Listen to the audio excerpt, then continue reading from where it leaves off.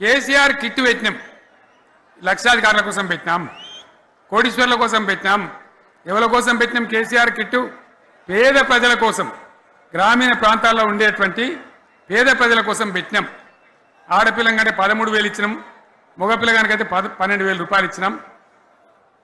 ఆ వాహనాలు పెట్టి, అమ్మఒడి వాహనాలు పెట్టి వాళ్ళని తీసుకెళ్లి ప్రసవాలు చేయించి వాళ్ళకి మందులు ఇచ్చి ఫ్రీగా ఉచితంగా చేసి బ్రహ్మాండంగా ప్రసవం చేయించి మళ్ళీ ఇంటికాడ దించినాం.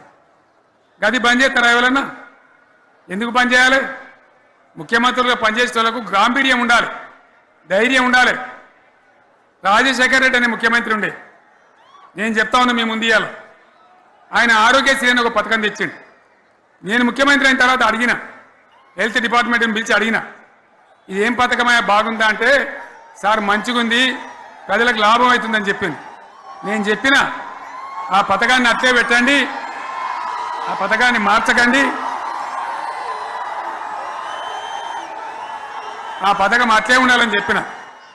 అక్కడ చెప్పడం కాదు, నేను అసెంబ్లీలో చెప్పిన, ఇది మా స్కీమ్ కాదు, కాంగ్రెస్ గవర్నమెంట్ ప్రారంభించింది, దాని పేరు కూడా మేము మారుస్తలేం, కానీ కొనసాగించాలని చెప్పినాం, కొనసాగించినాం. అది మీ అందరికి తెలుసు. ఇలా వీళ్ళు కేసీఆర్ ఆనవాళ్ళు లేకుండా చేస్తాం, కేసీఆర్ ముచ్చట లేకుండా చేస్తారా? ఇవాళ మనం కూడా సభ పెట్టుకుంటే ఎన్ని అడ్డంకులు దానికి. ప్రైవేట్ స్కూళ్ళు బస్సులు ఇస్తే వాళ్ళకు నోటీసులు ఇవ్వడం, అడుగడుగున ఆర్టీఏ అధికారులను పెట్టి పోలీసులను పెట్టి ట్రాఫిక్లు జామ్ చేయడం. ఇప్పుడు కూడా సభకు రావాల్సిన వాళ్ళు 1,50,000 మంది బయటనే ఆగిపోయింది.